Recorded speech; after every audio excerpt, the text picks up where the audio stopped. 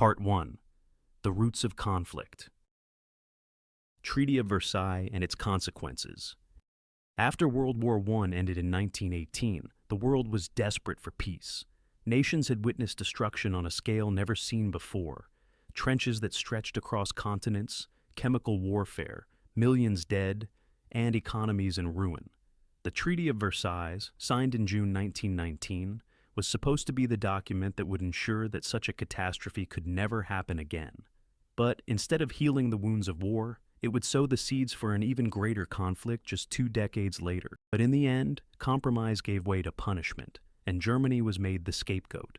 One of the most controversial aspects of the treaty was the war guilt clause, Article 231, which placed sole responsibility for the war on Germany and its allies. This wasn't just symbolic. It became the legal basis for demanding that Germany pay massive reparations to the Allied countries. The figure was later set at 132 billion gold marks, an astronomical amount for a nation already economically shattered by war. All of this left the German people feeling humiliated, betrayed, and furious. They didn't believe they had lost the war in the field. Many clung to the myth that Germany had been stabbed in the back by internal enemies like socialists and Jews.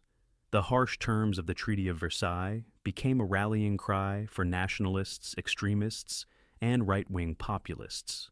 Political instability plagued the Weimar Republic, Germany's fledgling democracy, which was seen as weak and illegitimate for signing the treaty. In this environment of anger and despair, Adolf Hitler rose to prominence. He called the Treaty of Versailles a national disgrace and vowed to reverse its terms, rebuild Germany's military, and restore its pride. Millions of Germans, desperate for hope and stability, listened.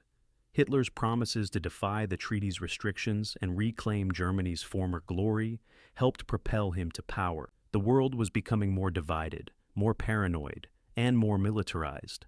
Economic hardship didn't just reshape economies, it reshaped ideologies, alliances, and ultimately set the stage for the most devastating war in human history. In 1931, the Japanese Kwantung Army staged an incident on the South Manchurian Railway as a pretext to invade and occupy Manchuria, a region rich in resources.